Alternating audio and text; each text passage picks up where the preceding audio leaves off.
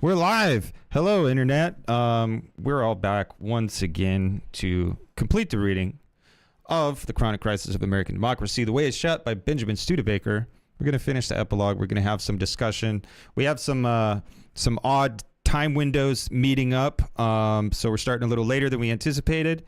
But we'll get the ball rolling here with a little bit of chit-chat before we dive in. And then we'll finish off with some chit chat as well. So I especially want to invite Kier or Luke, now that we're rolling, if you have any thoughts on if you got to read chapter 6 and have any thoughts you wanted to share, because the people, if they've been following along, already heard Nance and I's take. So you don't have to, but if you want to, if you have any thoughts burning a hole in your brain.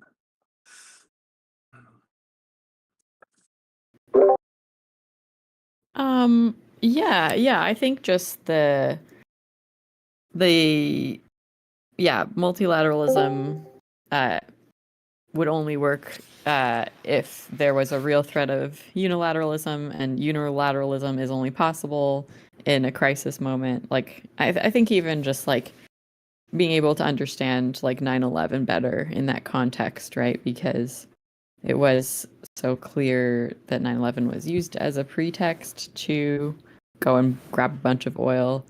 And that was possible like without Bush being directly involved in the attack. There's an opportunism there. So that's really interesting.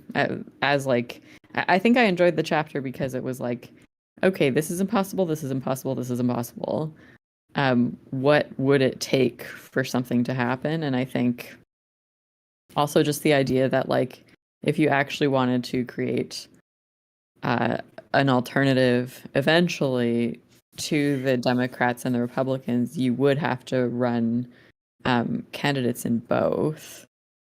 That's really fascinating, and I don't know if I know anyone else who's thinking that way. Mm-hmm. Yeah, that's pretty cool. What? Oh, hi everybody. Our internet went out, so I'm walking to the park now. Well, I've conducted I've been in like half of the TU classes from work. So but I was just bragging about my new camera and my new microphone, and everything.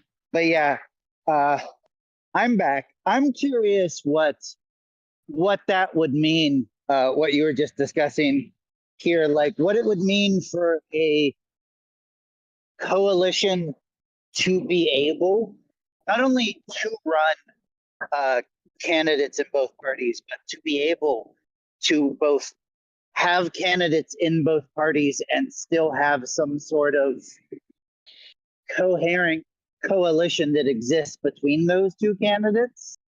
That feels difficult for me to imagine currently. Like maybe like during, maybe it felt closer maybe during the, again, post-Iraq invasion, when I could like sit outside and smoke weed with,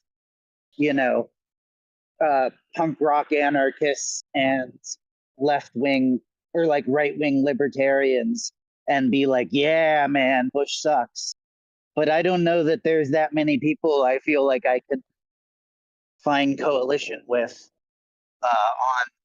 on the right currently, and I imagine most red-pilled folks are gonna say the same thing about the left.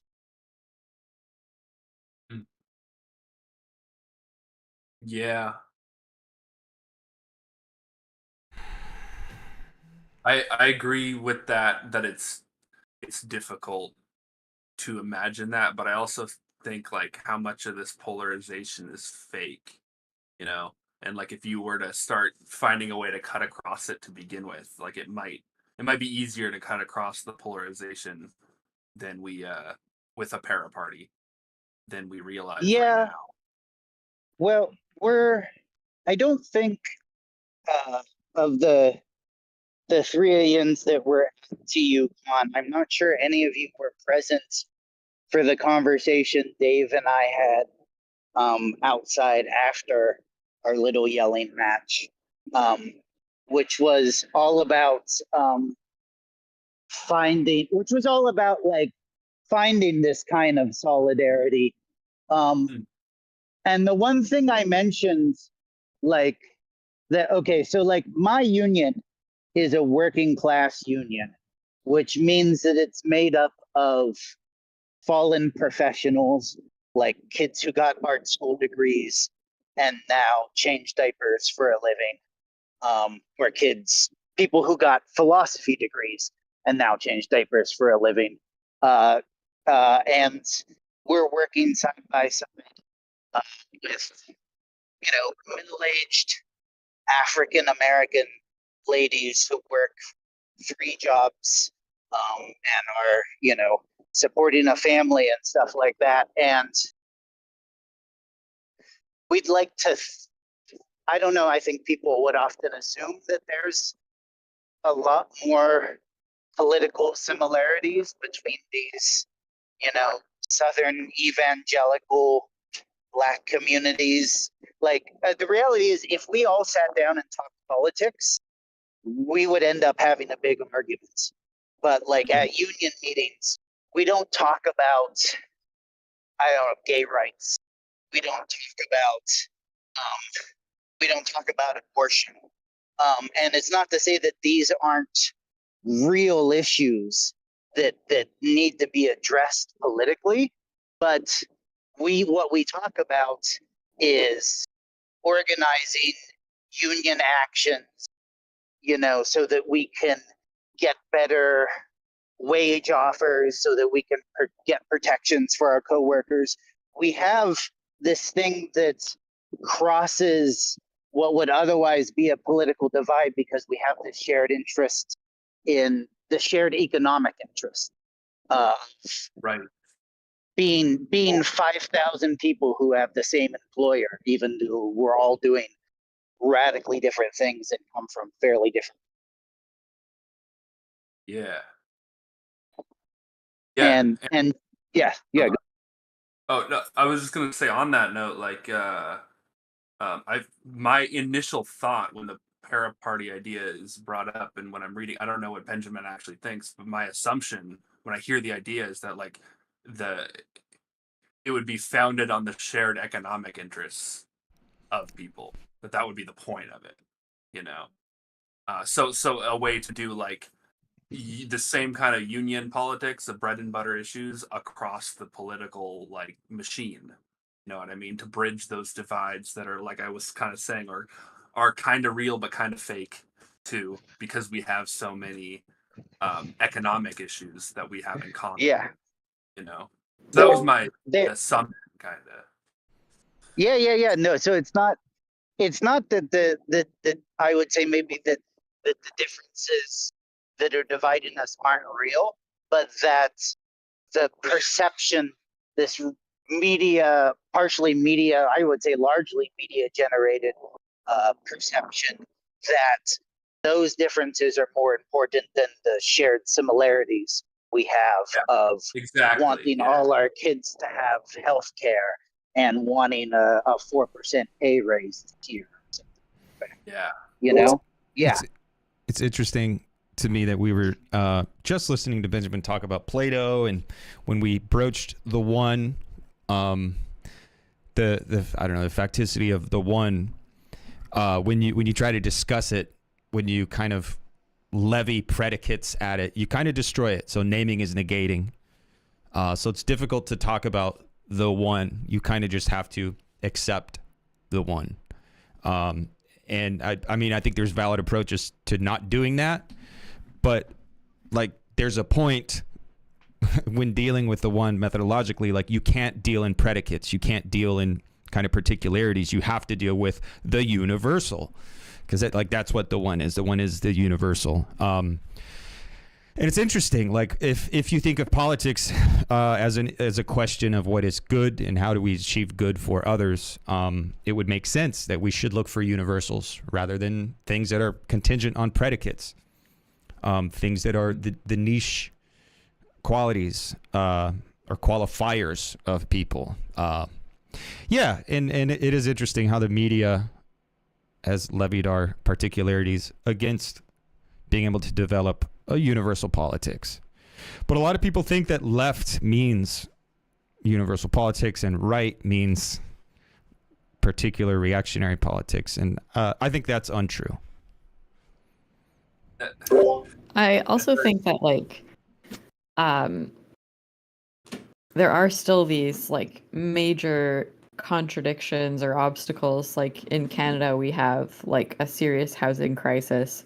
We'll be short like millions of housing like units, you know, within whatever it is, 10 years. It's quite bad.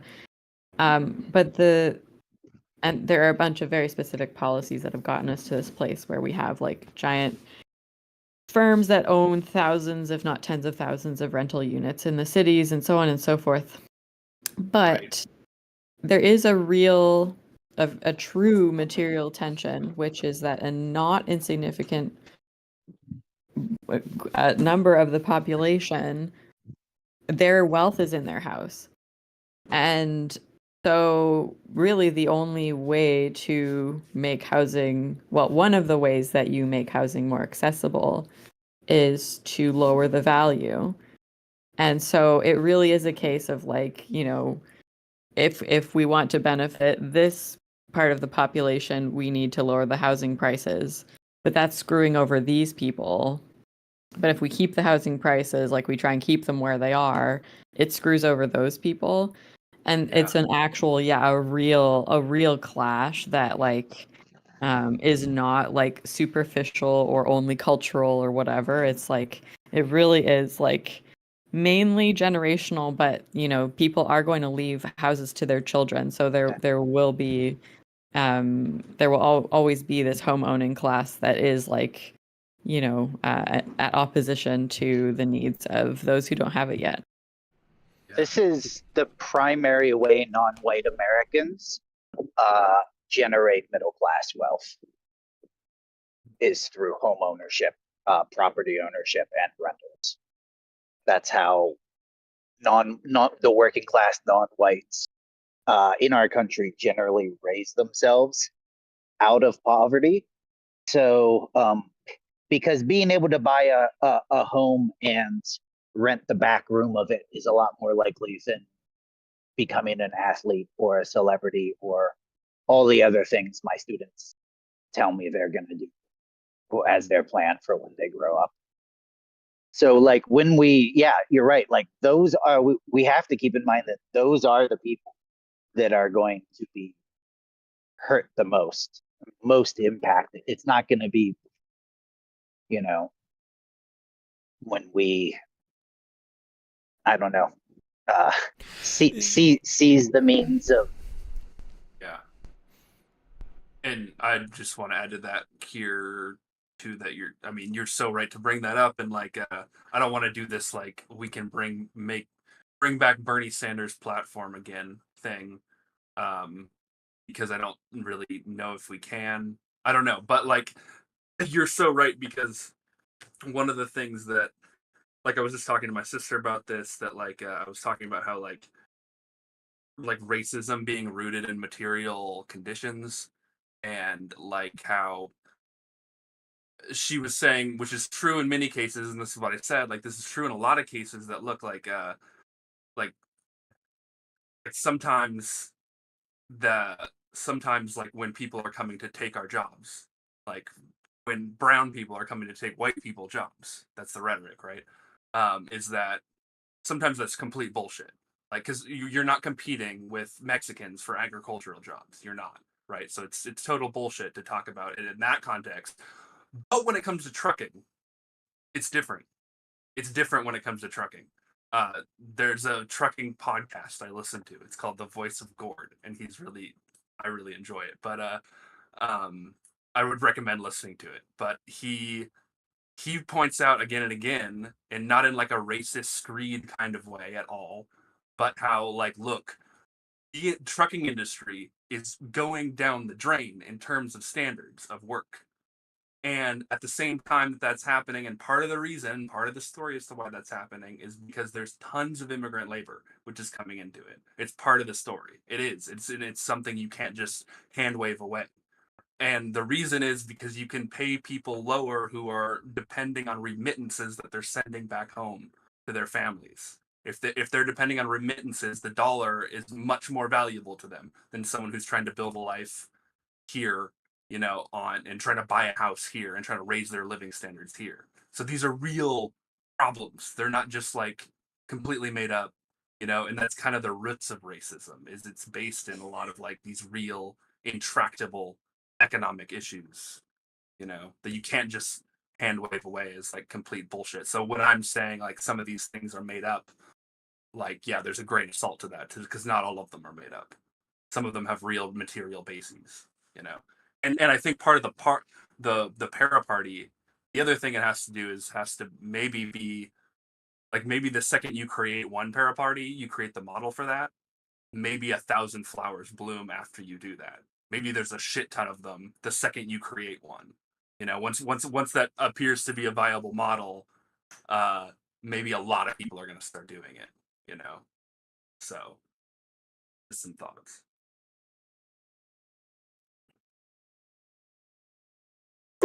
Well, I got a skedaddle, but I hope you have a great reading, and yeah, I'll see y'all soon.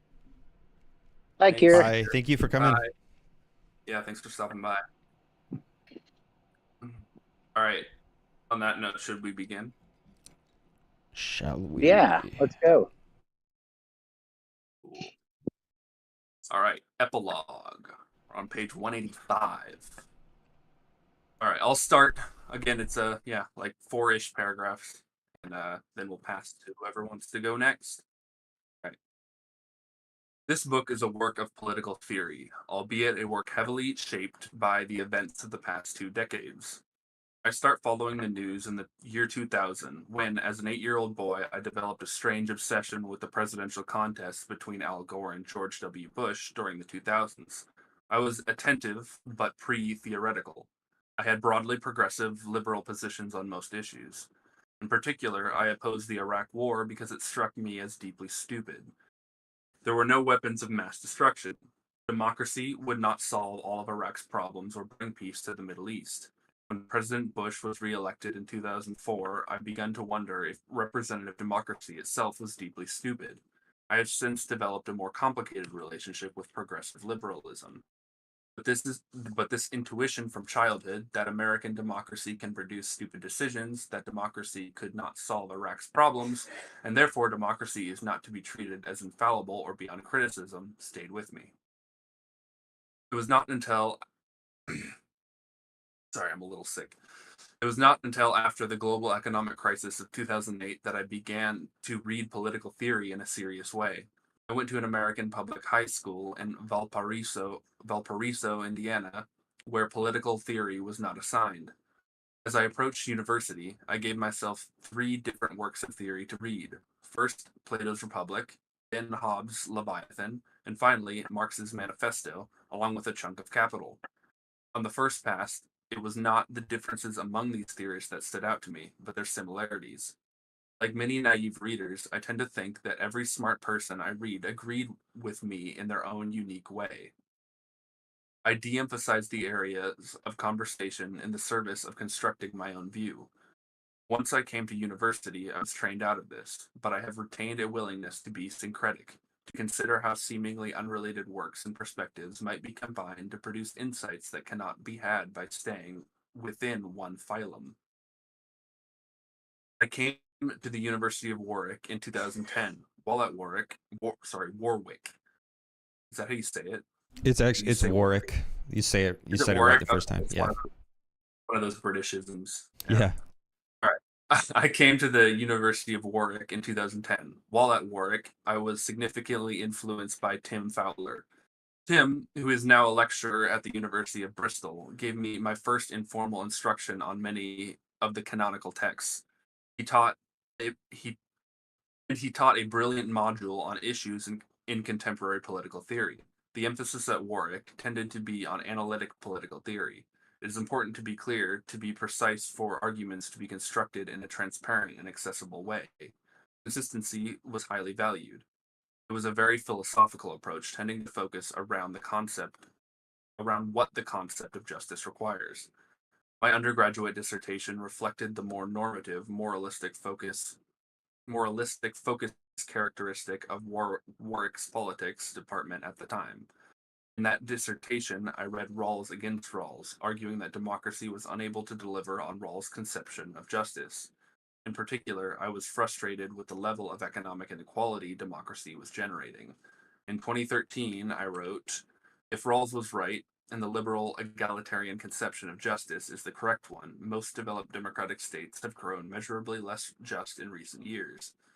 In this dissertation, I propose that the cause of this is a persistent, structurally predictable tendency for the citizens of modern democratic states to periodically elect unjust rulers.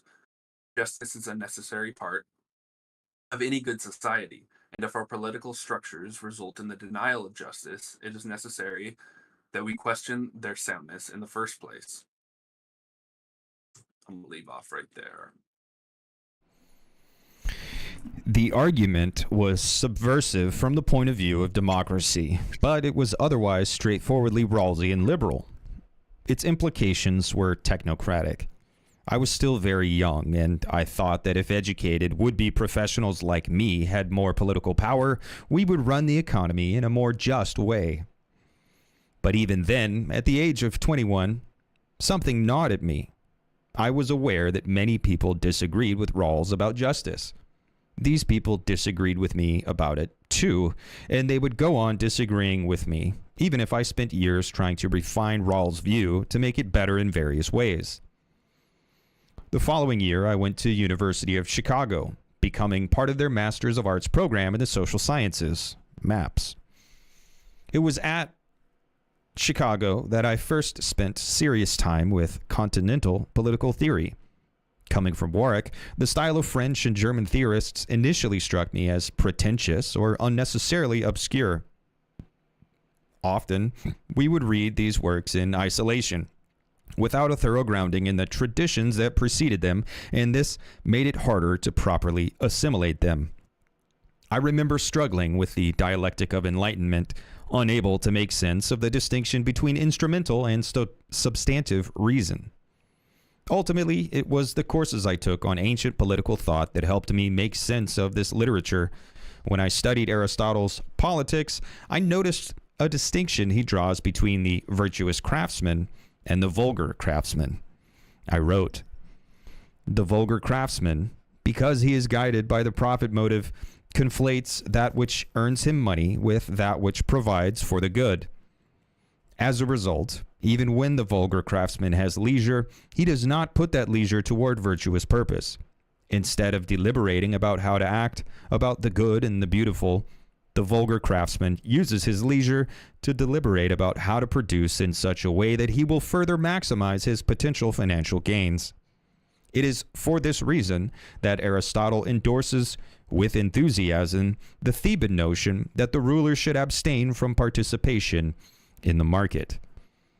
I came to understand that in a society dominated by instrumental reason, the profit motive dominates social relations, penetrating cultural production and turning very nearly everyone into a vulgar craftsman.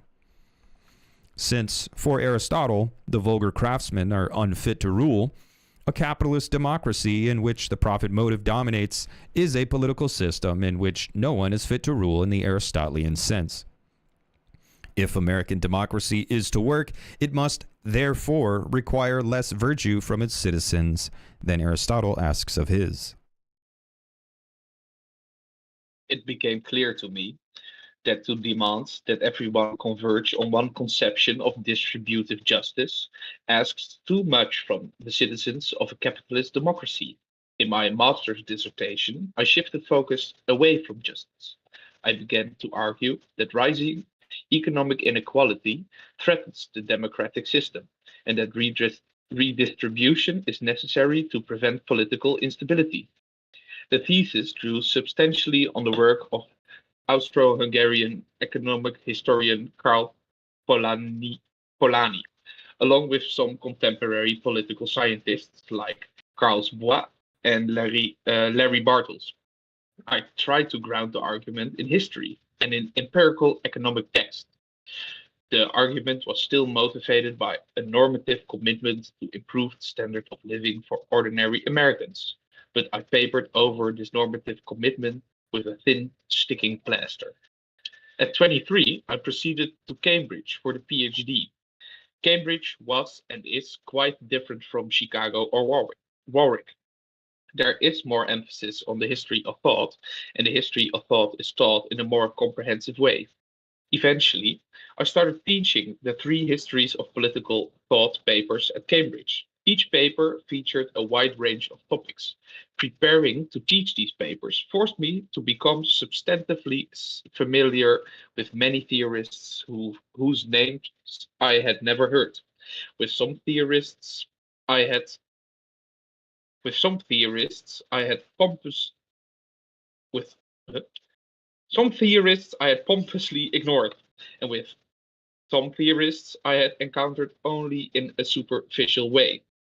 But while politics at Cambridge is very historically oriented, my supervisor, David Rusiman, improved me as a thinker in large part by challenging the historical analogies I use to construct my arguments.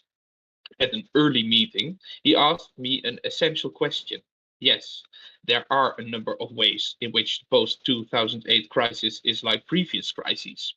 But what about the ways in which it's not? If we build our arguments around history alone, we miss what is genuinely new and distinctive about our own time and place. Insofar as empirical political science focuses on what has gone before, it is always a step behind the times. Political theory is valuable in part because it enables us to think about the present moment and the near future without relying on the assumption that patterns from the past will repeat. As I worked on my project, I served as Runciman's research assistant on his 2018 book, How Democracy Ends. In the course of that research, I happened upon a piece about Athens by W.G. Forrest.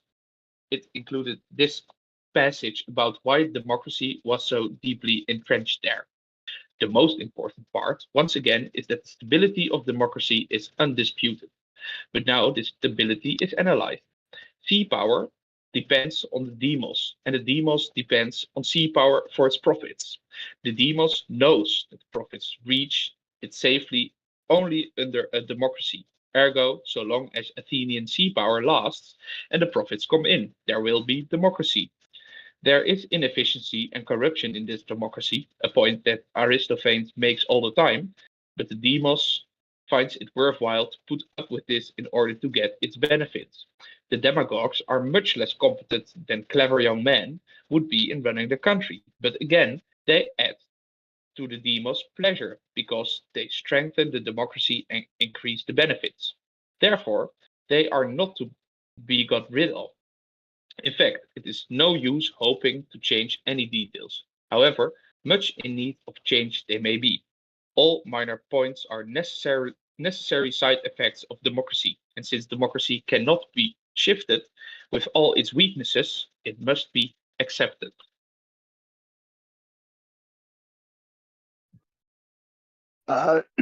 Shall I step in?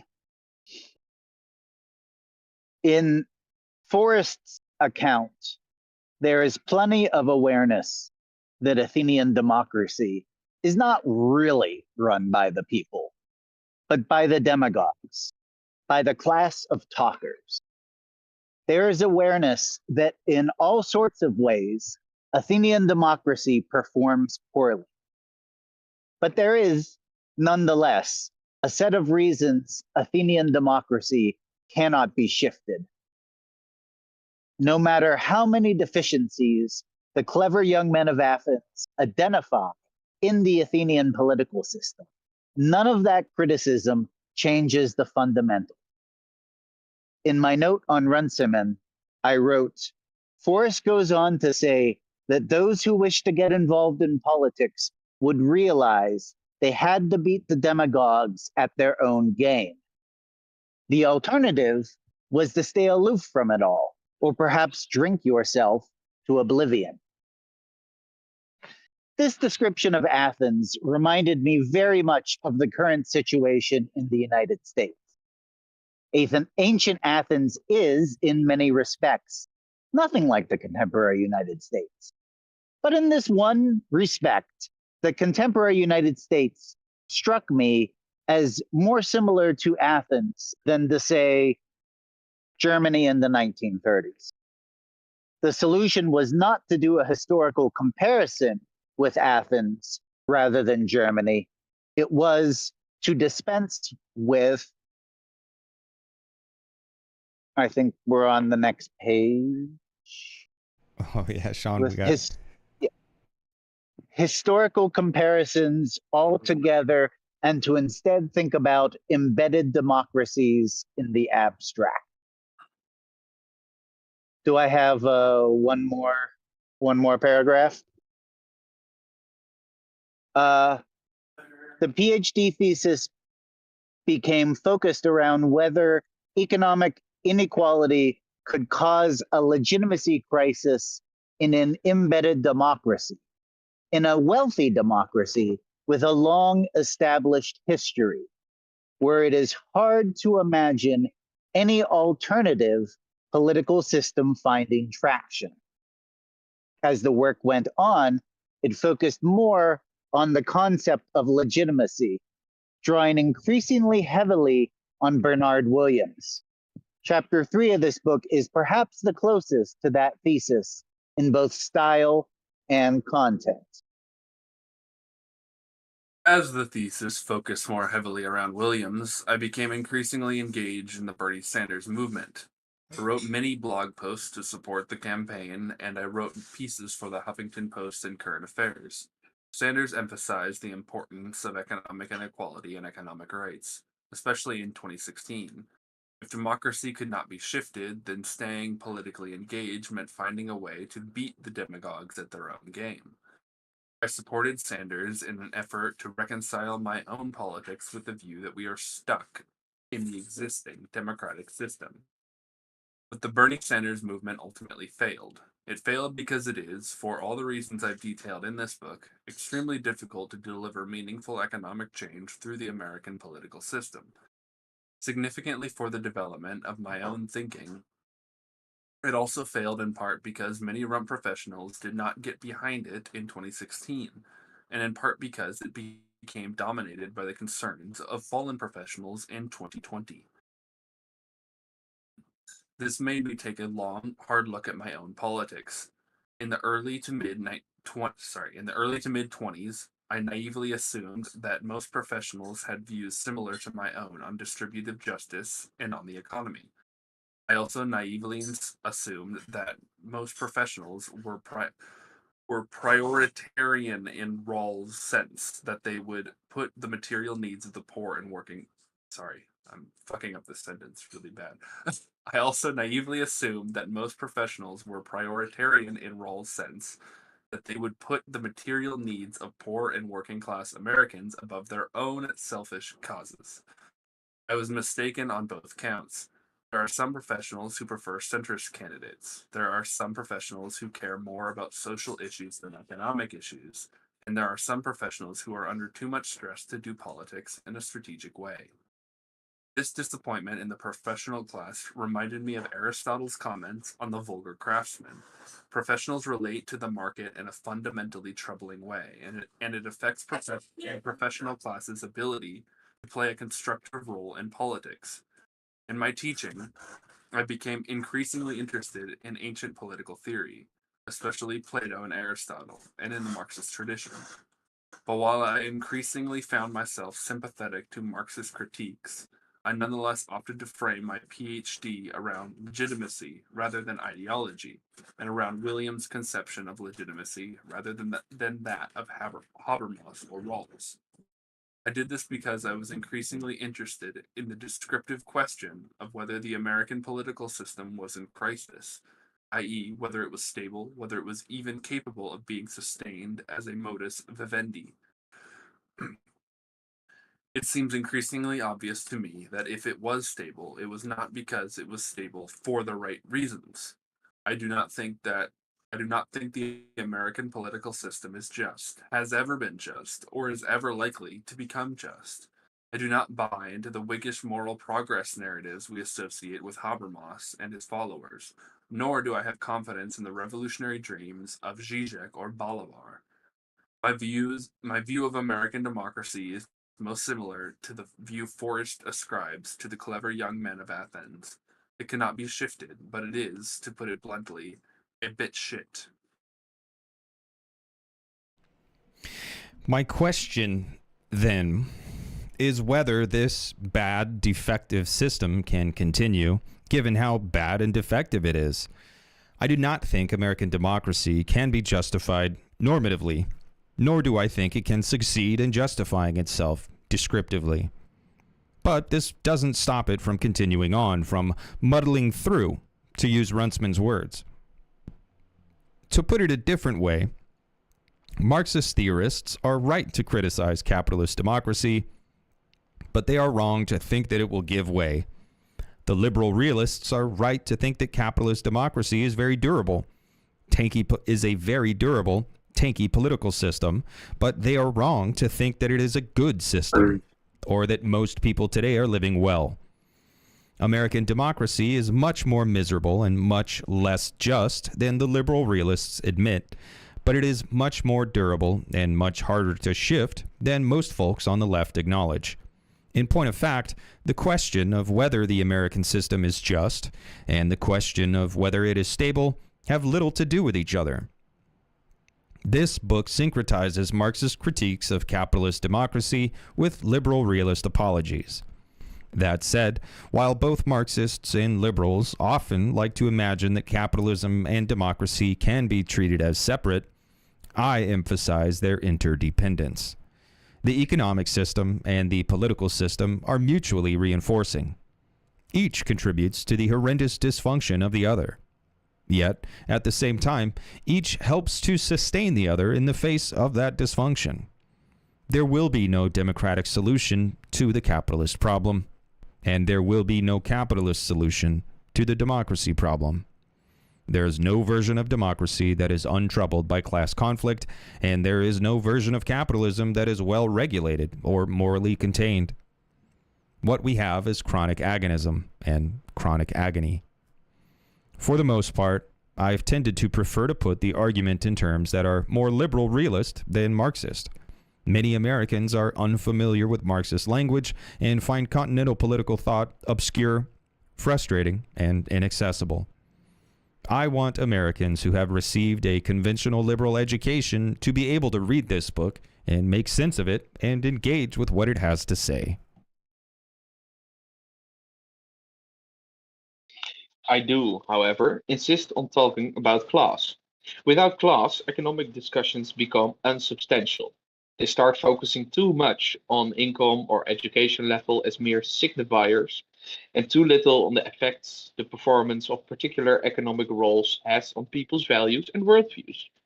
Very often in the United States, income level is used as if it were a suitable replacement for class categories.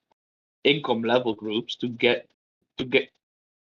income level groups together people who perform radically different economic and social roles. A wage worker who earns $50,000 has a very different economic experience from a college educated professional who earns $50,000.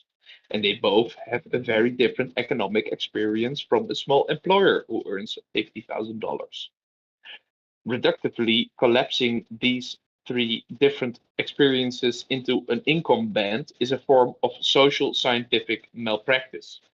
The same is also true of replacing the income category with an education category. There is a big difference in the economic experience of someone who has used a college degree to obtain a prestigious professional role and someone who has not been able to do this. There's also a big difference between someone without a degree who earns a wage and someone without a degree who is an employer. Eliminating this complexity makes class appear less effective at predicting political behavior, and that makes other demographics seem more relevant by comparison. This is not to suggest that people's values and worldviews are purely a consequence of their class position. Very often, as soon as a class is mentioned, the accusation of class reductionism issues, not to improve discussion of class, but to silence them. Many theorists who object to discussions of class are nonetheless happy to ascribe agency to abstract national peoples, cultural groups, or to democracy in a general sense. A review of the confidence trap published in New Left Review criticized Rusiman on this last point.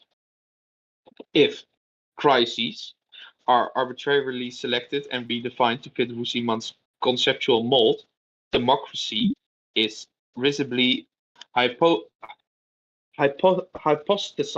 as a continuous conscious agent. It is always doing this or that. Democracy always brings something new. Democracy lives from moment to moment. Democracy renews itself without transforming itself. It never fully wakes up and never fully grows up. When not busy muddling on, it holds its breath and survives. The real substance of democracy, antagonistic parties and interests, the clash of ideas, struggle over structure and constitution, executive accountability or corruption, is entirely absent from the confidence trap. I think those were 4. Yeah, that's fine. Yeah. Uh, Yeah. Do we want to? Did you want to interject something, Sean? oh no, I was just saying. Yeah, I think that was 4. That was Okay, 4. cool. I can jump in, but I just want to point out that our friend Benjamin has again outed himself as a not so closet gamer. It took me a second to realize that he did not mean tanky in the Marxist-Lenin sense. Yeah, tanky There like earlier. yeah. I'm trying to Tanky think like of the he game, can dude. take a lot of hits. Yeah, like a medic, like a healer, like a tank. Send him in. Yeah, he's the tank's the one you go up front and let get shot while your sniper shoots. Yeah, and then your medic runs up and heals him. Yeah. I am definitely not a closet gamer. The reviewer, sociologist Dylan Riley, has a point. It is not enough to talk about democracy and democratic procedures. We need to dig into the class antagonisms that mark American democracy. At the same time, Riley spends entirely too much of his review scolding Runciman for failing to take the right normative positions about various substantive issues. The liberal realists are interested first and foremost in whether order can be maintained.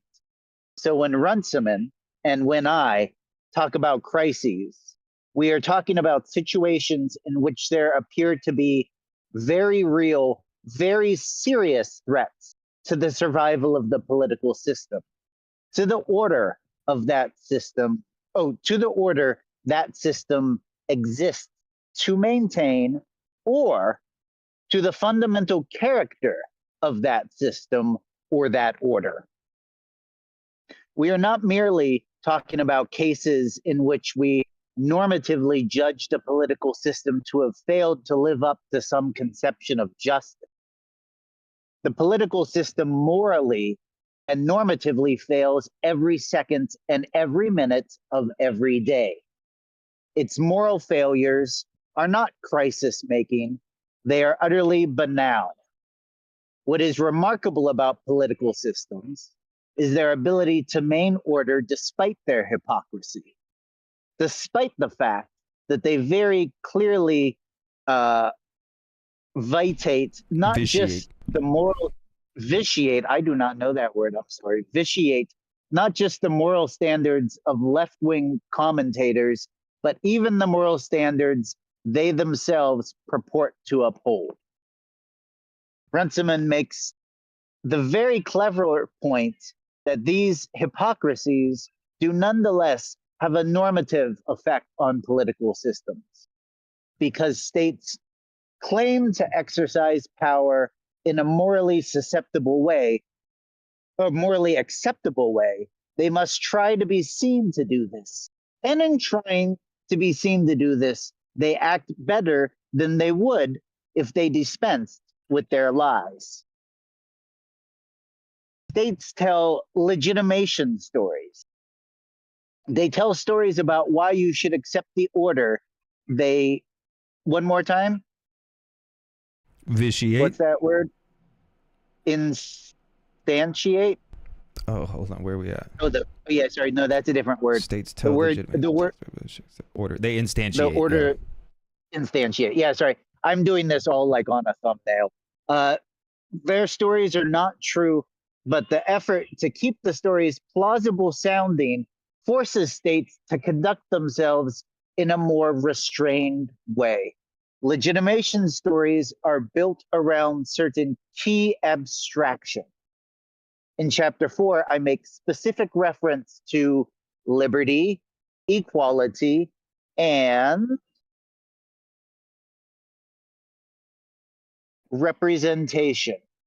These are the terms American democracy uses in its legitimation stories to persuade Americans that they ought to accept the order it defends. But these abstractions do not have any clear fixed definition. They have no essential meaning.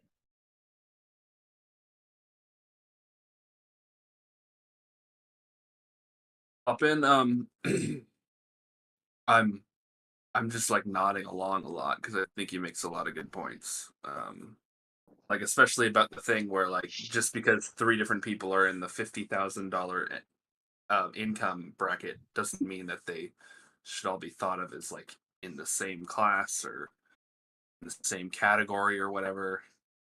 When Just we, for I think that's really, I mean, yeah, obvious. that's like a lie we get told in school, you know, that like what makes classes different. That we're all Americans, and the only different thing that differentiates us is that some of us are more rich and some of us are more middle class and some of us are more poor. Yeah. And that's Like you have a whole different set of like your sort of your on-tick horizon is sort of like completely different if you're a $50,000 PMC versus a $50,000 worker. Like and your toolkit that you're plunging into the future with, and the way you're thinking about your life and the future and your future is just, it's night and day different. It's completely different, and there's also a huge difference depending on what kind of worker you are. I've been multiple kinds of workers. Like I've been like right now I'm working in trades, which was like took me several tries to get into, and now that I'm into it, I don't fucking want to be in it, you know, because I'm sick of working, but like sick of alienated labor, you know. But don't really have a choice at this point. But it's like, and then but prior to that it was just like, oh, just envious of the trades because they make real money, you know, and all these other fucking jobs I've had don't make shit, you know. So it's like, but then you just have a whole different mindset from one type of worker to another, you know, and the way you're thinking about your life and your future is just utterly different, you know. So that's how I think about it, is our relationship to the future, um, and the way we think about navigating life is like totally different depending on what kind of worker you are, you know. Do you So think, I mean, just because you brought your own uh class or subclass yeah. advancement, your own horizontal advancement up, do you feel like your horizon has expanded now that you're a It tradesperson? it could, because there are prevailing wage jobs. I'm not on a prevailing wage job, but if I wanted to stick with this shit, um, there are prevailing wage jobs, which means basically, I think what it means, based on what people have told me, who work in this industry, is that it's what unions negotiate with the state is what the prevailing wage is based on, and that's a lot of money. So whenever a union negotiates a contract with any government agency, whether it's city level, county level, state level, federal level even, That's what sets the prevailing wage. And those people make a fucking shit ton of money. That's where all the money is. If you're not on a prevailing wage job, then you're making like maybe a little bit more than other workers are, but not a lot, not noticeably, really. So like if I wanted to stick with this shit and get on prevailing wage jobs, I could like make a lot of money, you know. But the question is like, how much do I want to do this alienated labor at all if I can avoid it? And the answer is not very much, even though it's skilled, even though it's in some ways more like dignified in certain ways than other labor I've done that's sort of treated like shit, whether it requires skills or not, is like, it's still alienated labor. I'm still building fucking shit I don't care about. I have no reason to care about, you know. It's still like abstracted away from me in a way that like, I don't want to do that anymore. I just don't want to. I don't care what quality, what kind of labor it is, you know.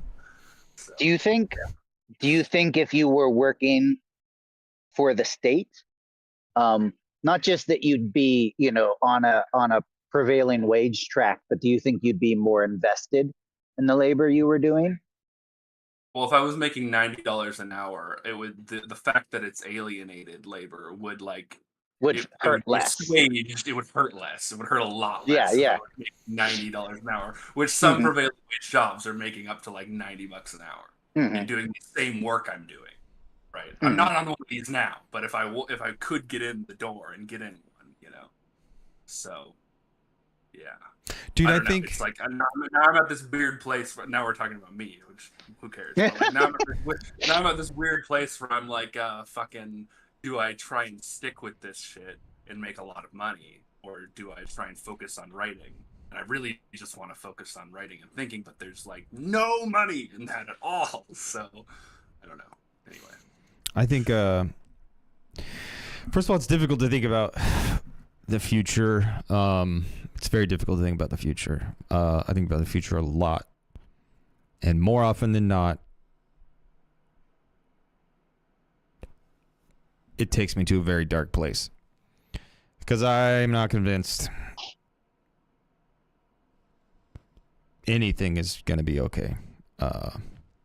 So it's difficult to think about the future. Yeah. But thinking about labor and alienated labor, I've been through the experience of having a job that both paid pretty good money. I made like $75,000 a year, which 10 years ago, that was pretty good.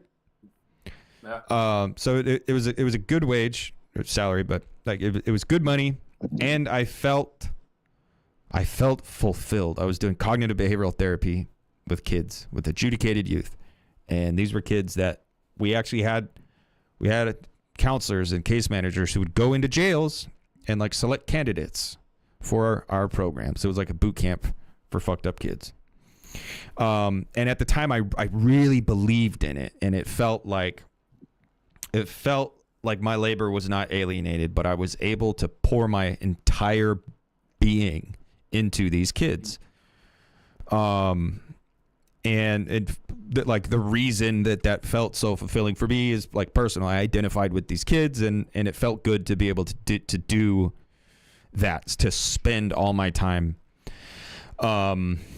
working for those kids. But it was still not enough. Like I would still come home and I was comfortable as shit. You know, I had a house, I had a fucking whip, I had a PlayStation, probably 3 at the time. You know, I had Ray-Bans. Like I had nice shit. Like I had my material needs seen to. I had a good amount of my material desires seen to, and I felt fulfilled at work, but it was still not enough. Like it still wasn't enough. So I think while there is stratification and striation in the classes, and we have to reckon with this, and this is why we should fuck with the Ehrenreichs.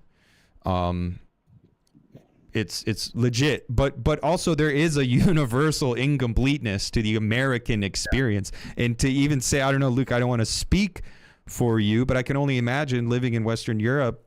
You're just America Junior at this point, right? Like you, like the commodity, the consumerism, the fucking keeping up with the Joneses lifestyle. Like from my experience, and look, I'm a heathen. I've only been to Europe once, but it looked very much to me like they were trying to catch up with America. So Yeah, like totally. there's like But a things fundamental. are less bleak here. What's that? They're less bleak. Yeah. I feel like, yeah, because I think we still have some semblance of safety nets. Because also for me, my future, I don't know what I will do, but it's not yet maybe at the point you're at that it's really like this dreadful thought. For me, it's just more like, I don't know, some clouds. Maybe it's a terrible storm. Maybe they will clear up. I don't know. I think that's more, but we're of course things are all going in the same direction. It's also noticeable here. Also, terrible housing crisis. Yeah. There, it's like very very difficult to get a house, to get out of my student housing and just get a place with my girlfriend. It's like almost impossible. Well, Yeah. I think that, I mean, it can become a terror, right? It's definitely an anxiety, and I also think it's a loss, and I think that's a universal lack that that we should be centering in our politics, not all these predicates, not this kind of vast kaleidoscope of predicates and qualifiers, which, going back to legitimacy, the only institutions in town that have the legitimacy, that have the power, play in that world of the predicate and play in that world of the niche. So the para-party thing, I don't know. I like it. There's a part of me that thinks all the alien shit that's going on right now, like aliens are so popular in the media. There's a part of me that thinks like the American government is using that to kind of to prop up its legitimacy, because everybody is like, oh, it's all bullshit. Fuck the government. Fuck the president. I don't care about any of it. And so they're like, well, let's bring in aliens and UFOs and fucking terrorist attacks on hotels where people write manifestos about anti-gravitic propulsion and shit. Like there's so much sensation going on right now with aliens. I think that's being used to shore up the legitimacy of America and the world order. Because I do think that universal lack is just growing stronger. It's growing more evident, more blatant, more undeniable in the daily life of the American. And look, America does America runs the world. We're the hegemon, at least for now. I think their lack, the system's lack is showing, and they're getting more and more kind of absurd to try to distract us from that lack and try to get us to think of other lacks. Like, oh, it would be cool if I had a house. Like, dude, I wish I could buy a house. I had my house repossessed. I'll never be able to buy a house again. It sucks. I hate it. I'm terrified. But also, I don't know. Like it's like a hierarchy of fear and anxieties that the world order is using to shore up its legitimacy, because they can't do it because they're illegitimate in every other way. Yeah. Yeah, I was also thinking because with your story and that you still didn't feel fulfilled, even though you had all the stuff and even the good job or the fulfilling job. And I don't know if this is a fair towards Benjamin, but he sometimes says like people just want to consume more, work less, and this also comes back to the idea of, democracy is not really like what it tells it to be, but then again it brings pleasure to the demo, so it does this or something. I don't know where this thought is going, but I don't know. It feels like this. Also feels like a dead end. This idea of like, is this really like? I think it this really is why things keep going. I think it highlights like this kind of fundamental contradiction of society, like society, the state, the nation, belonging, whatever you use to express this idea of the contradiction that is like, we're humans, we consume resources, this is what we do, we are animals, nevertheless we are also spiritual beings. So that, like, that's the split. Like, you got your animal side and then you have your spiritual side, and these things can support each other when they work in harmony. But when the entire world is organized around the animal side, it forecloses the spiritual side. And every mode of organizing society has done that because it's focused on metabolism. It's focused on resources and waste. And there's a reality there that we can't escape. So it is up to, I don't know, somebody somewhere somehow to develop a method of organizing society that satisfies the needs of the planetary metabolism, but that sets us free to pursue time energetic existence. And nothing will ever be enough. And that's why it feels very bleak, because that's hard to imagine. It's impossible to imagine. We have to develop new imaginations, because sorry, did you have were you finishing your thoughts still? No, go for it. This is why we really need to have the Studebaker McGowan contradiction on the idea of the good. Dude, that needs to happen bad, because I mean, I like the good, and my instinct is that the idea of like the universe, like founding a political movement on a universal shared lack is sort of, I just don't like, when has that ever been done? Show me an example. I don't see any. Like, maybe there is one, but that's what I would ask Todd is like, where? I feel like communities are always formed on some set of like dogma, which is like a plus. It's not a minus, you know. So I'm trying to like, maybe someone can think of one, but I don't see an example of an organization, a group formed on this shared lack. I'm like, where is it? What does it look like? Do you have any thoughts, Nance? I mean, my thoughts are that is the point. Like, it has to be new. It has to be something not imagined. And that's the only thing that can get us there. Like, that's the motor of history. Like, what if that requires going beyond the human? Because I wonder if I wonder if human beings are dogmatic, like, inherently. I don't. What if we all? That's a big question, and I don't want to just outright reject it, but I will tell you that I believe no. Yeah.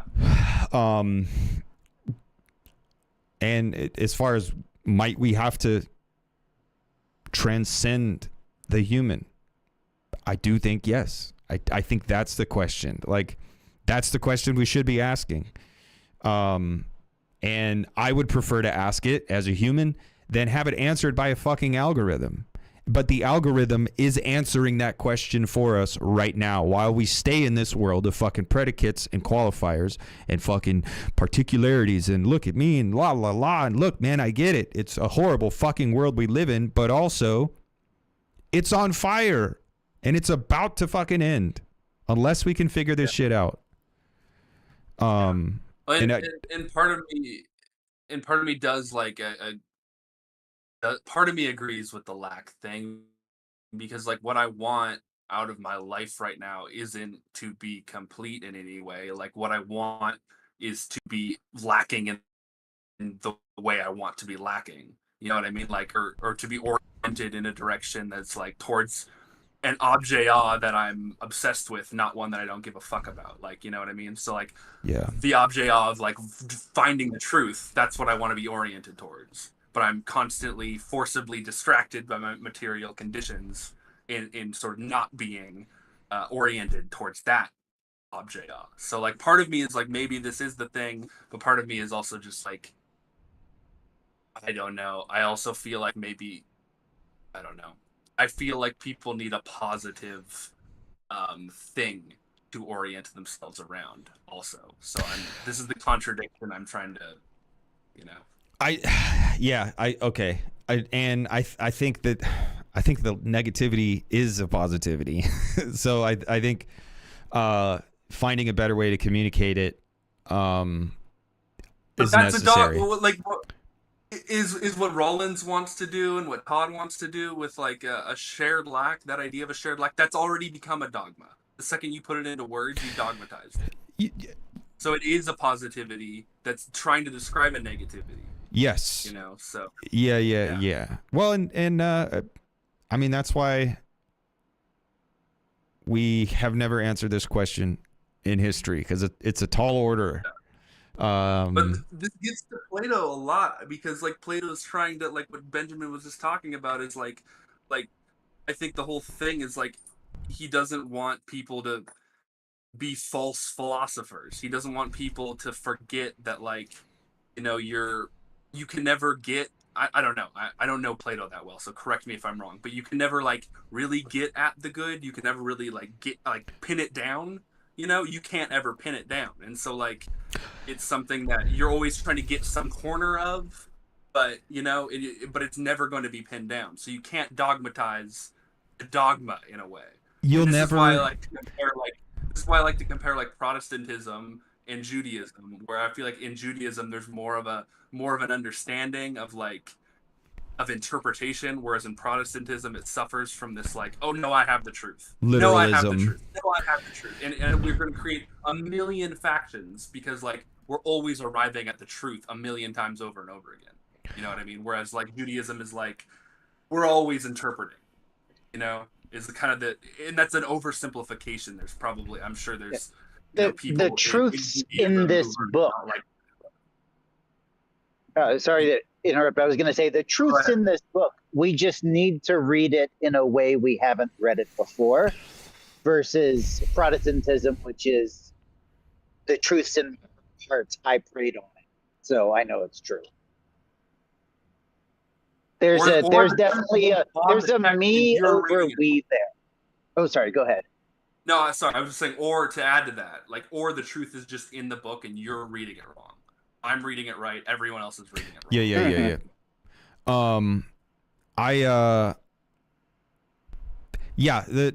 I don't know, the good, the one you can't. Yeah, you can't access it. You can't play with it. You can't touch it. You can't, like, it's a numen. It's numinal. It's there, but like it's separate from us. But because we're all being led around by the dick by language, like that's what keeps us from it. Like if we can, and that's the thing, like the animal side, like language erupts from this contradiction of the animal and the spiritual. Like there's this inner world, there's interiority happening, and it's inside of an animal that has material needs. And so that you have to develop a technology for communicating and collaborating with other animals. That is what language is. Language is a tool. Language is an instrument. Language is technology. We've been cyborgs the whole time, which is why the question of like, might we have to transcend the form of the human? It's already been answered. It was answered hundreds of thousands of years ago. And to fetishize the form in this way is what's going to hold us back. And I also think it will necessarily be a plurality, and there will be the wonders of the cosmos will be unlocked, and it'll be a utopia. But there will also exist in the same timeline hell on earth.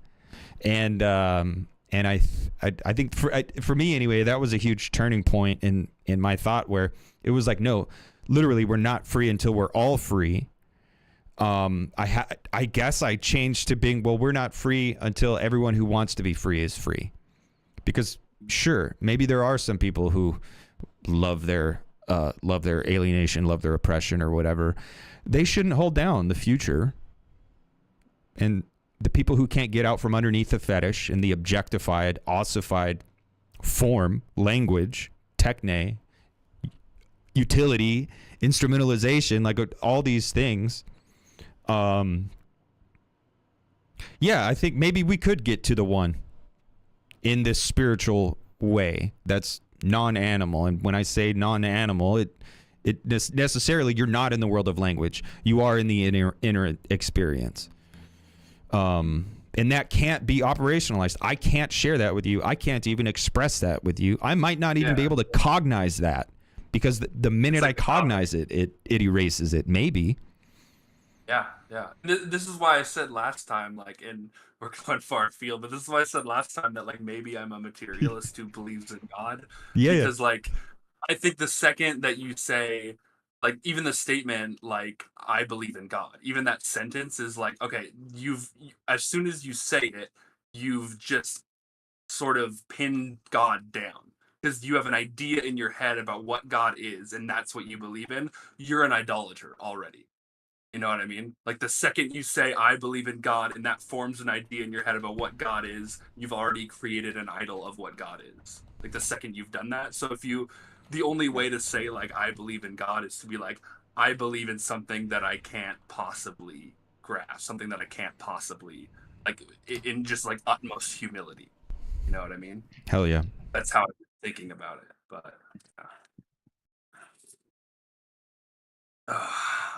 If yeah. is it no, actually, never mind. I don't want to throw out a thought, because it sounded like you were about to get us back to reading. You can, since you started. So I mean, I want to. I mean, yeah. no, it wasn't good enough. It was just I'll save it for my book on the one. Oh hell yeah! Writing a book on the There's one. Yeah. there's only one sentence written so far, though. Looking forward to it. All right, where the fuck were we? I believe were in we at this Austin respect. Liberal? Oh, in this respect, that's where we are. Okay, cool. Yeah. So you might talk about this. We're talking about sublime objects. Interesting. Okay. Exactly. Right? In this respect, they are similar to Zizek's sublime object. What are similar? I don't remember. I'm going to start over a couple sentences so I remember where we were. All right. These are the terms American democracy uses in its legitimation stories to persuade Americans that they ought to accept the order it defends. But these abstractions do not have any clear, fixed definition. They have no essential meaning. In this respect, they are similar to Zizek's sublime objects of ideology. Where Zizek focuses on a single object that unites the whole society, on my account, states tell a plurality of different legitimation stories, framing their acts in different ways for different audiences. That's a good point. That's a really good point. They use lots of different abstract terms, and they define the terms in inconsistent ways so that their acts can be potentially justified from many different points of view. I just want to throw out that this is a kind of a challenge to the quilting point notion, I think. Instead of one single public reason or one single sublime object, there are multiple discourses built around multiple different definitions of multiple different key terms. The state does not have to succeed in persuading its audience that its acts are justified at most. It needs merely to persuade them that it cares about these terms, that they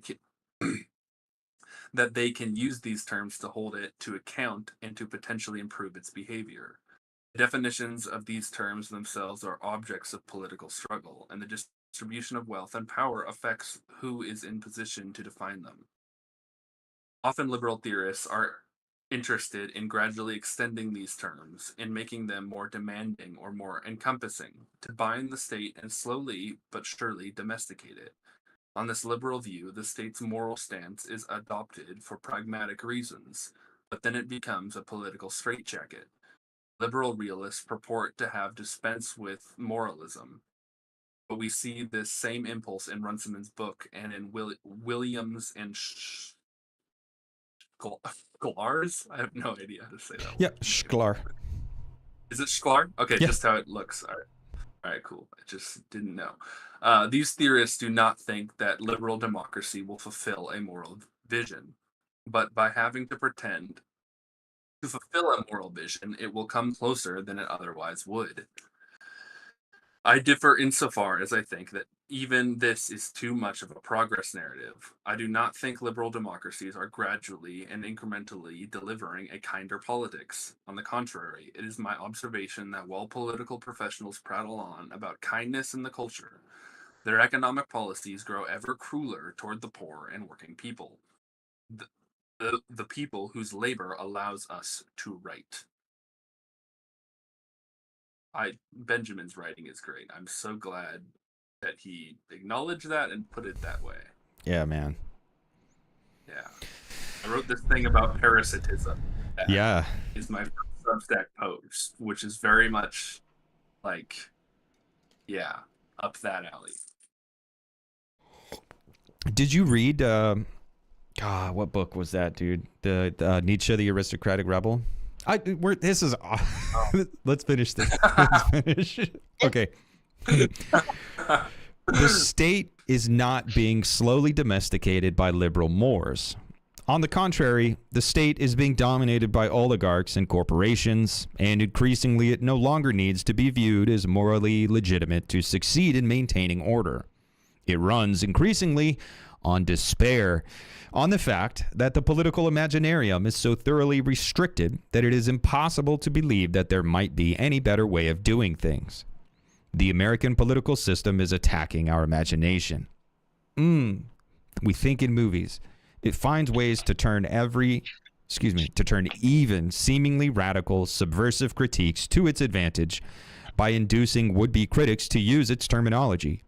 It is both an incredibly durable system and an incredibly debased, fell thing. This book is an attempt to take both of those points seriously at the same time. Boom.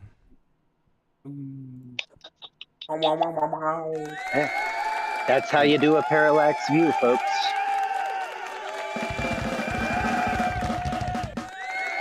There's the sound. Yeah. Okay. Oh, hold on.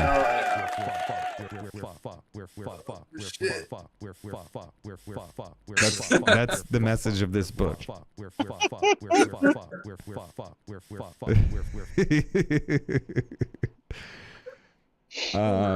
But I don't think it's the total and complete message. I do think, and this is probably fart huffing, but I do think the imagination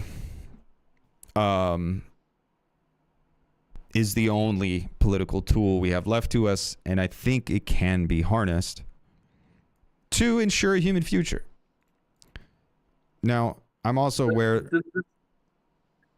I'm also aware of the fact that I say that, and it might be just comforting myself. But I'm okay with that. Like, I have confronted the choice to get off the bus, and I didn't. I chose to stay on this bus. And maybe a little bit of delusion is what it takes sometimes. Yeah. Yeah, I mean, can the imaginary defeat the symbolic is really the question we're asking here. Well, I would say, can the imaginal, not the imaginary. Like, if we're going to talk imaginary and symbolic, then I would posit the imaginal as something different. Okay. Can you walk me through that just really quickly as a dumb Lacanian who only knows Lacanian? Yeah. See, that's the cool part. Again, I'm a postmodernist. I can just say whatever the fuck I want. The imaginal, as opposed to the imaginary, where the imaginary is rooted in the sensorium, and it's rooted in what you see, the image, what you perceive to be the real, but it's your imagined version of the real. Versus the imaginal, which is where the imagination runs wild. It's where you make shit up. It's where you get to imagine in the more colloquial sense. The girl, Ursula Le Guin, The Divine Right of Kings, Mark Fisher. It's easier to imagine the end of the world than it is the end of capitalism. Like, they're pointing to the imaginal and saying we need to create, just like radical desire, or desire itself has to be created with the Protestant Revolution, right? The Protestant work ethic was created for capitalism to kind of work and do what it did. There was no Protestant work ethic until there was. So that desire had to be created. We have to create a new imaginal. We have to create new demands, new desires. We can't just cling to, oh, I'm a Marxist. I think history is necessary, and therefore we will live in utopia, and I might have to sacrifice myself, but my descendants will live in utopia. Sure, but no, fuck you, dude. That's not going to work. They tried it. Like, it's not going to work. We need new visions of a future. Yo. So does that mean that the solutions are cultural? I mean, it could be. Right? Like, Could but be. that's so like contrary to any Marxist orthodoxy, and I think maybe that's a good thing. Well, But, here's the deal, dude. Marxist orthodox Marxists don't they don't understand that base and superstructure are no longer base and superstructure. Like, here in the future, we live in the churn where base and superstructure, it's not that they've been inverted, and it's not like they're the same fucking thing, because it's in such a fucking fast-paced revolution. The base is the superstructure now, post-class fractured mass. Like, that's the point of this. Like, doing Marxism. they've always been. I just say you gotta do critical media theory. You have to do critical media theory to think about the world we live in today and to think about the future. That's what the Marxists got wrong. They didn't have a critical media theory. But what you said. I was going to say they've always been in a dialectical relationship, because if we go back to the Protestant Reformation, like we've mentioned, like what made that possible? There were attempts at a Protestant Reformation, many before the Reformation that we know of. Every single one of them got stuck in a bottle and destroyed because there was no printing press. The printing press made a material innovation, right? Makes it possible for you to disseminate ideas outside of your locality, which makes the Reformation as we know it happen. So these things have always been in a dialectical relationship. And I think Marx was a smart guy, and I think he was smart enough to know that, like, he's making a cultural For sure. making a cultural plot by writing. He's writing for a reason. He's not writing for no reason. Yeah, absolutely. Well, yeah, there are a lot of Marxists that entirely don't even take the medium. Just recently, we were having a conversation with a based Marxist, but like when the medium came up, they were very dismissive of the medium, and I was like, that's interesting. So you're not, like, you are concerned with being a history enjoyer. Like, you're not actually concerned with thinking about the world we live in and thinking about large scale structural change. I really want you to name names right now. But no pressure, I guess, Yeah. if you don't want. Yeah. I mean, it's every fucking Marxist, dude. Fuck it. It's every Marxist. Why I hate Marxists, like I said last time. Yeah. Yeah. Hold on, one sec. Wait, So- keep talking. I'm just gonna disappear for a sec. I have just one point with, I think, Studebaker's interpretation of Zizek's sublime object is maybe a bit too simple. Let's do Because it. I was like, isn't democracy the sublime object of Yeah. ideology in this whole book? Yeah. Yeah, I feel like that's. Because I mean, I don't think that we need one global sublime object, right? In fact, no, we can. Yeah, not even that. I would not read. I mean, I'm a Lacanian who enjoys Zizek. I don't like to pronounce on, like, say, oh, I'm a Zizekian or something like that. But like, I read that book a couple of times, and I don't think there's anything that would foreclose on all of these various democratic ideas serving as sublime objects for the American polity. I mean, we all, we've all got a object that keeps us in the game as Americans. Keeps us from, I don't know, going whiskey rebellion, or just getting on a plane and moving to Europe or something.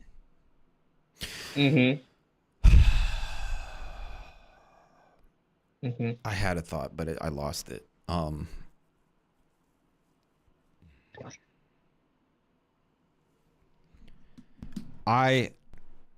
So in Benjamin's first lecture today in his course on the 12 political thinkers, it's great course. Everybody on YouTube, if you're not hip to it, check it out. It's very good. But he mentioned the demos and where that was rooted. The fact that democracy was explicitly this military thing. Well, maybe not explicitly a military thing, but it was functionally a military thing. It was the rowers who held the power in Athens, and Athens was the hegemon of the time because they had naval superiority. So it goes all the way back to militaristic. It goes back to might is right. We have the bigger stick, and it's just true. Like, that is a fact of democracy, but that word has been used to beat us over the head and rob us of our rights and our voices. The world we live in today is not democratic in the sense people mean when they say the word democracy. But because democracy is always used as the stick and the carrot, which the carrot and the stick, this is totally off the thing, but fuck it. The carrot and the stick metaphor or whatever, people talk about it's the carrot and the stick. And so like in old cartoons, sometimes they would have a donkey, and on the donkey's back, they would strap a stick to it, and they would hang a carrot off the stick. And so that's the carrot and the stick. It's that there's this carrot out ahead of you.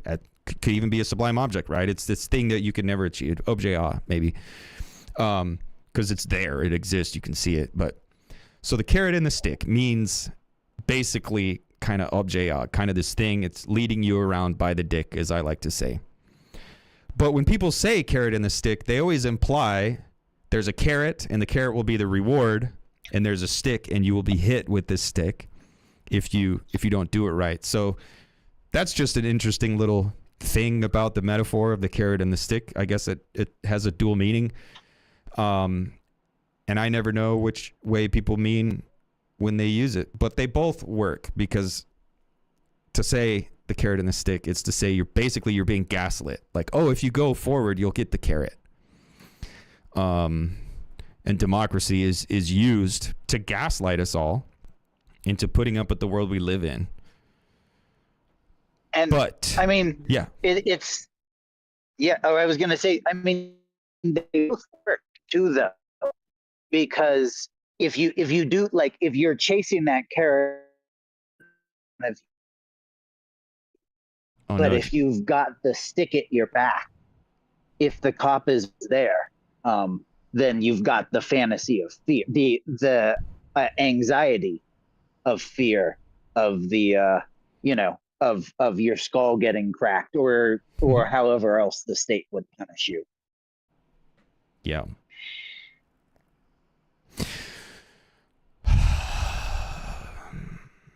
Yeah. But the police are also a democratic institution. Right? I don't know. Maybe this is pedantic, Well, but not. Go ahead, please. yeah. Well, I don't know. I think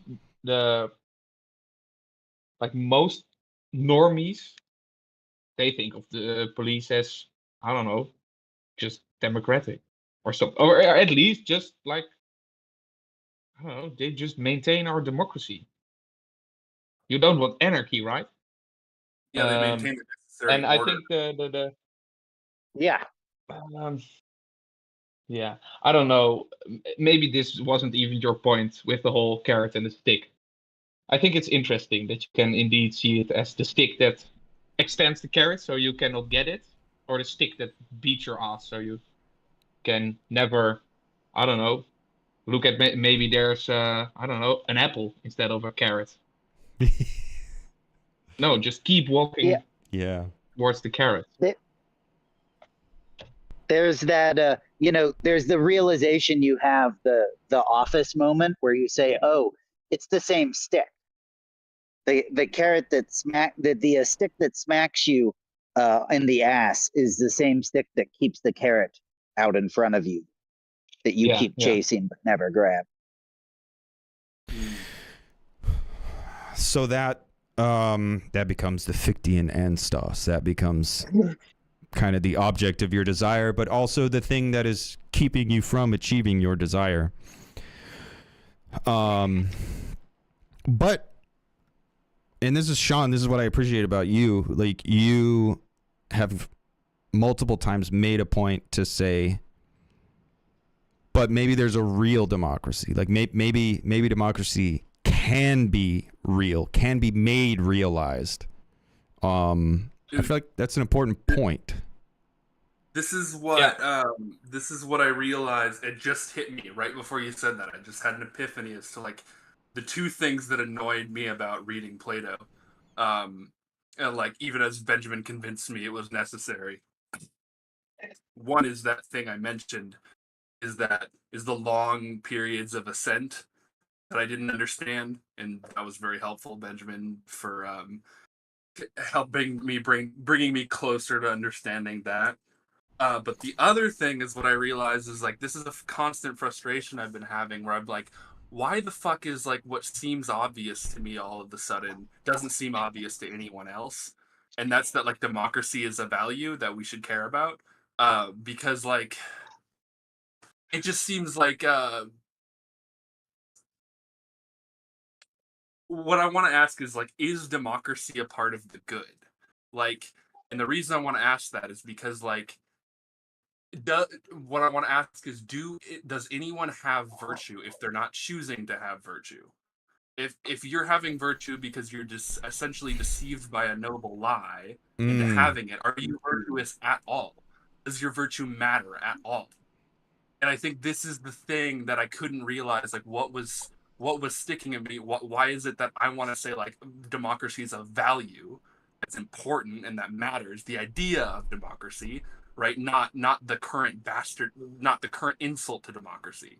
You know, not the current like mockery of democracy that we have now.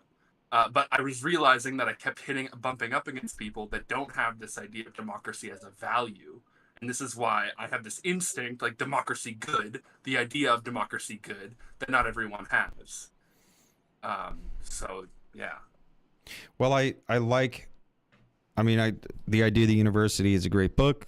It was a great course, taught Theory Underground, and I'm glad I took the course, and I think it's probably one of my fucking favorite books at this point now.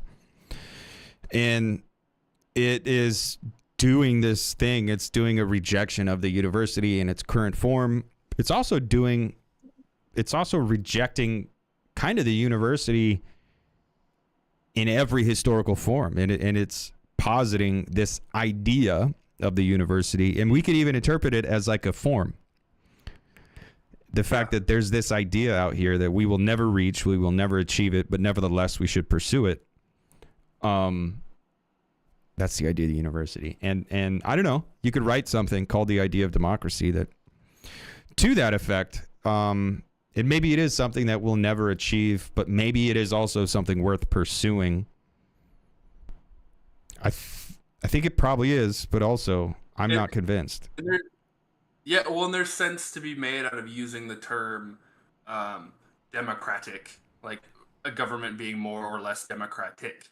Because if we say that, then we're saying, okay, it's getting a little bit more or less of a piece of the good in terms of the idea of democracy.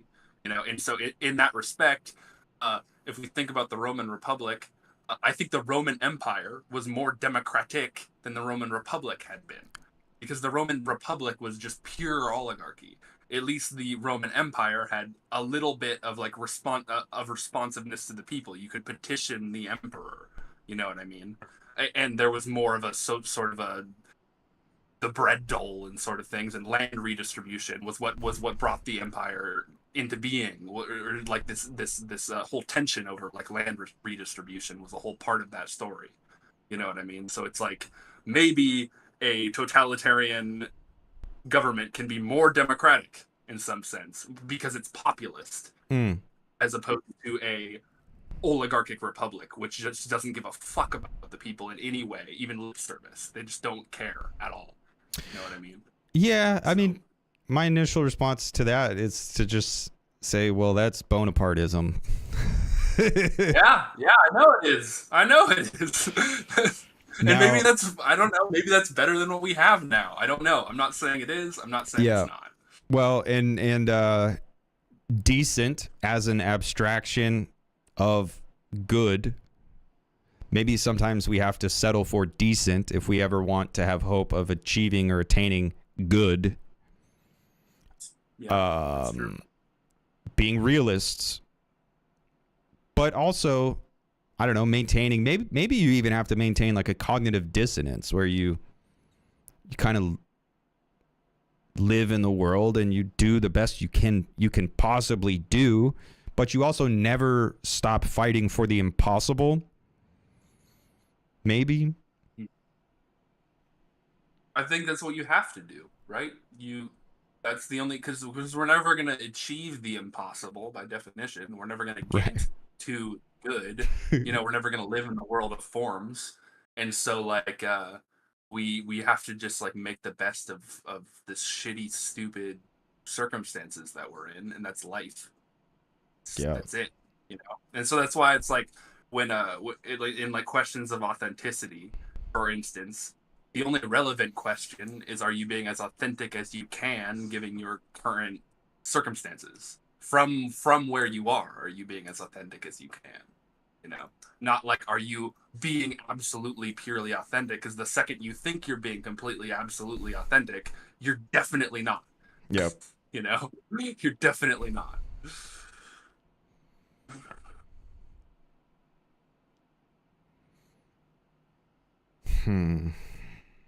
Yeah.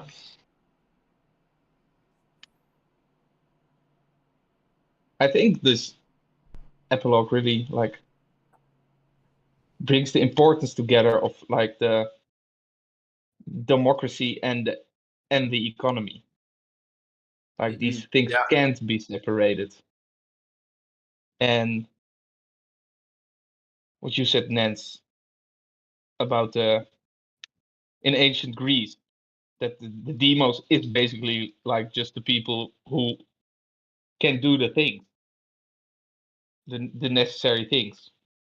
And right now, I don't think the democracy is based on, I don't know, it's not the people who make the things, do the things, don't have this power anymore. That's a good point. This power is really decreased. Say that and again. I think this is the problem. Yeah. Can you repeat what you said again? I was flipping through the document, so what did I say?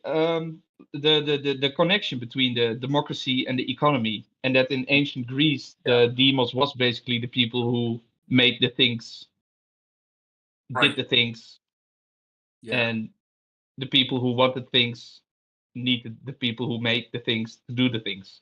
And right now, all the people who do the things and make the things, the people who want the things, or the elite who want the things, they don't consider the people who make the things.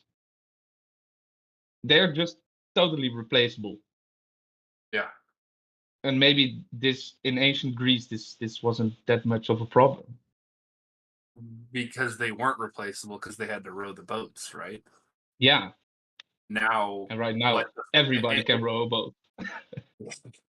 Or something. Or I don't know.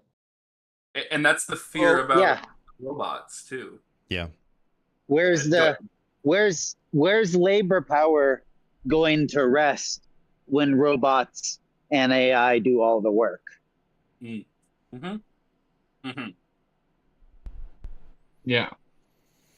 And like I think go ahead, please. No. I think this is also where Benjamin's Marxism maybe comes in. Mm. Like there is maybe a different way of organizing the economy that makes democracy more possible again. Mm. Mm. We can separate it, but we can maybe try to, I don't know, organize the way in which we produce things differently.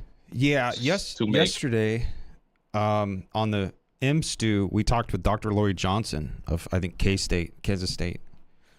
And she does the Morin Academy, and they have, like, they do farming, and they do like localism. Like she's like, yeah, let's farm and let's do this stuff. And I think it might be easy to misrecognize her as a degrowth person for people on the outside, although she's very far from degrowth, but she's in that world of like, let's radically reimagine like the economic structure of the world we live in. Let's deglobalize food. Like, let's do these things. Like, it is possible to feed the world with local farming and stuff like that. That's an interesting world to live in. It's hard to think about that because one thing she said when I can't remember what I said something like it's impossible to do anything in the world anymore. Basically, my nihilism, my accelerationism, whatever that was showing. And then I walked it back and I said, look, that's not true. That's sensational. That's intentionally sensational. But she responded to that by just saying like, well, yeah, but also simple things add up. Basically, she's like, well, there are things you can do. And it is true that there are things I can do. And it is true that there are things everyone can do. And I remember being enthusiastic about that, about like, do whatever the fuck you can do. I'm not that way anymore. I'm selfish. I'm fucking lazy. I wanted to say, I have, despite having grown up and spent the better part of the first 18, 19 years of my life on a farm, which was a family supporting farm in the 80s when I was really, really little, and then kind of just declined afterwards. Like, I do not give a shit about farming anymore. That is the least interesting topic I could come to on YouTube. And I still found that conversation just really inspiring for the very aspect you just mentioned. There's a book. Fuck. I can never recall the titles when I need them, but like maybe I'll post it in the chat. But there's a book about like down in Jackson Rising. That's what I'm referring to, where they're talking about it's like a movement to start worker cooperatives, specifically in the Deep South, where like money goes a longer ways as far as real estate and stuff goes. But they were talking about, they have put out a book and they were talking in there about how people who grew up on farms want to get the fuck away from farms, but to people who didn't grow up on farms, they look at farms as like this fucking like transcendent thing. Like this is gonna really return me to something real, something like tangible. Yeah. And like, people who grew up on them are like, fuck that shit, I'm getting away. No, this is, my parents are from fucking, my mom and my stepdad, they're from fucking Pittsburgh, Pennsylvania. They were not like traditional Italian pig farmers. Like they just, like they didn't have generational knowledge about raising sheep.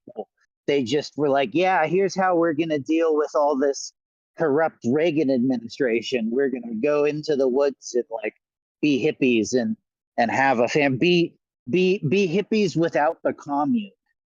I'm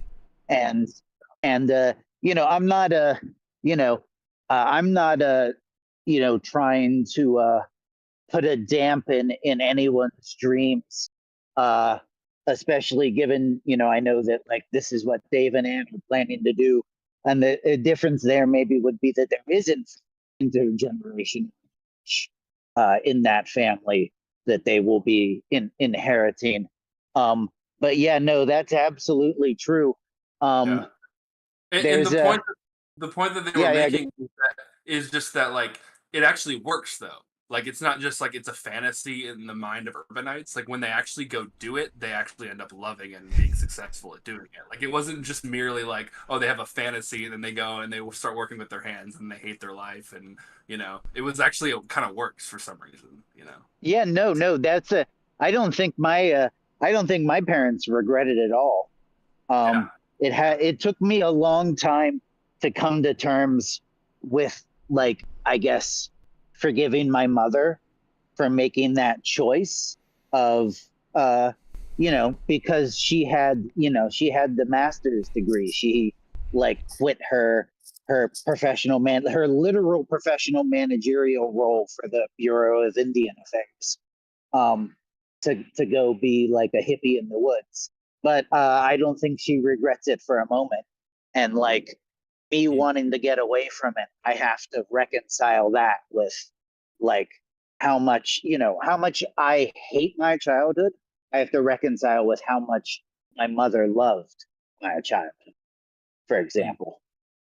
Yeah. But yeah, which is cool, because I mean, whatever. Like we can always have our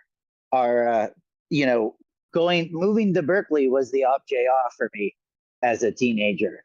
I was like, oh, I'm gonna get off this farm and I'm gonna move to Berkeley and like write poetry and be in a punk band, and like I did that, and like sunk cost fallacy. I don't regret it, Yeah. Hell yeah. Yeah. And I think that for all the flaws of like pre-industrial society, or not even pre-industrial society, but like pre-settled agriculture, like in the dawn of everything. One of the points that was like really interesting about that to me was that like there was the idea of like in these like North American societies of like if you had a dream about something, an object, like you had to go find it, and if you found it, someone had to give it to you if you had a dream about it. There's a dream about like what is particular to you, or there's an idea about like what is particular to you. You know what I mean? And not to idealize those societies at all. And I think they do a decent job of trying to break out of that, because they point out about the violence sort of undergirding those societies. But I think the point being, and just why I'm saying this, is that I think we've lost the idea. It's ironic that in a culture that we are always calling individualistic, that we've completely lost the idea of the individual at the same time, as far as like individual desire, who you are from like birth in an organic kind of way, like the way your fucking brain is formulated in a way that no one else is. We've replaced singularity with particularity, and this is why recently in one of the Dave's lectures, I made the point to point out like singular and particular are different things. What the singular means is this robust idea of the individual, and like, no, you are a special snowflake. You are unique. You are cosmically unique. Yeah, there will never be another you, and that's the singular. Like the singular and the universal are like these ontological things, whereas the general and the particular are ontic things. The general and the particular are instrumentalized. The particular is the predicates. The particular is, well, you're this type of person. You're this category of person. You're one who likes to farm. You're one who likes to listen to X type of music. You're one who likes to have X type of sex. All these things are particularities. But those particularities are not your singularity. Your singularity is the virtual purposive creature that is you. It's the time energy. It's the love, the joy, the hate, the regret, the despair, like all these spiritual things. That's your singularity, but we've replaced that with this instrumentalized particularity, and that was the point from the recent conversation or whatever. But yeah, the singular is not the particular. The singular is magic, but the world has been disenchanted, and all we have is this instrumental particularity. Yeah, and it's like that, and all that shit that you're talking about is like that's capitalism selling back to you an image of your Yes. individuality. Yes. Does Yeah. not fucking exist. Like Is- it's not, you know. And again, the parasitism thing. This Yep. is like watch what's it called now? Scavenger's Reign. I fucking love that show. That's what I wrote that post about because it's on Netflix. It's fucking good because it's like it's full of that shit of like your sort of image coming back to haunt you, sort of thing. You know, your image, which is not fucking you, Yeah. coming back to haunt you. Like the theme that goes all the way through that show. Can we find our way towards the one by following the singular? Since it seems like we're definitely we've tried following the particular and it hasn't gotten us there. Like, is the singular a pathway forward? I think so. I don't know how, but I think so. Like my intuition is like fuck yes, but how it leads forward, I don't know. I don't know what the roadmap looks like, but my intuition is like absolutely. So, This is why for what it is. talking about you can do a lot of things with singularity, and one cool thing is people talk about the technological singularity, and that's coming. We're on a crash course with it. The thing is, it already happened eons ago, and we're just living in the echoes of it.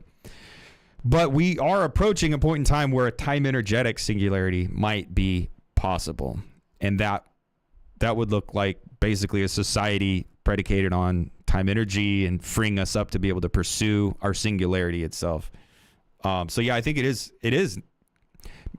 not necessarily the way forward, but it's an image of what the future would look like. I think it is the necessary form the future would take, the human future, where we are freed up to pursue our singularity and enjoy the singularity of others. But I equate the singularity to a negativity, because the singularity is nothing, maybe not equate, but the singularity can't be totalized. The singularity is infinite. The singularity can't be operationalized or instrumentalized.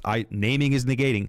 Sean, you're a singularity, but when I call you Sean, I'm cheapening you because I'm using your predicates, and I'm interfacing with you at the particular level. Sean is your particular name, and it's how I refer to you. And I look, man, ultimately that's just silly. It's a bunch of long silly words to say, like, be fucking cool, don't be an asshole, let's treat each other like we're all like living wonderful beautiful creatures. I don't know, I'm at the point where that's it. Like, there's like communism, anarchism, fucking totalitarianism, authoritarianism, liberalism, democracy, like all these things are equally no. You're like, if you can't give me a world predicated on the fucking singularity, it's not a world I want to live in. Now, how do we get there? How do we do that? That's the question. Speaking of singularities and dreams, I'm ahead of. It's midnight here, and I still have to do all the readings for tomorrow. Oh, So see you tomorrow. Bye bye. We'll see you, Dude, same thing, dude. Have a good night. Take it easy, Thanks man. for Thank you. coming by. Yeah, I think I'm gonna boogie woogie oogie here in a bit too. Yeah, I like. All right. Yeah, because I need to do those readings too. Yeah. This has been great though, and I look forward to hearing what you want us all to read next, John. Maybe Benjamin's other book, dude. I don't know. Maybe we should. I mean, it sounds cool as fuck. I listened to the One Dime interview he did on it. Hell yeah. So, it would be fun to read his other book. Yeah.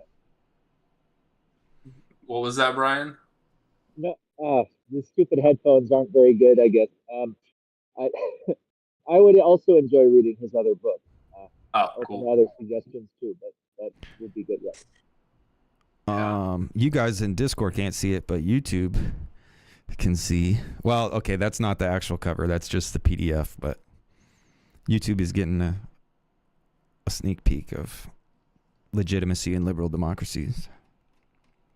Yeah. I'm it gonna sounds hit. like he's on the like central contradiction with the thing he ended on when he's talking about entrenched democracies. It's like that. I think that idea needs to be dealt with and Yeah. carried with. It's not right now. So yeah, might be the next book is his next book. Hell yeah. I'm gonna hit bye bye to YouTube. YouTube, bye bye. Bye, YouTube. Chat was good today. Nice to see everyone that stopped by and chat. We'll see you guys soon. And okay. And we're done. Yeah, dude, that was good. That was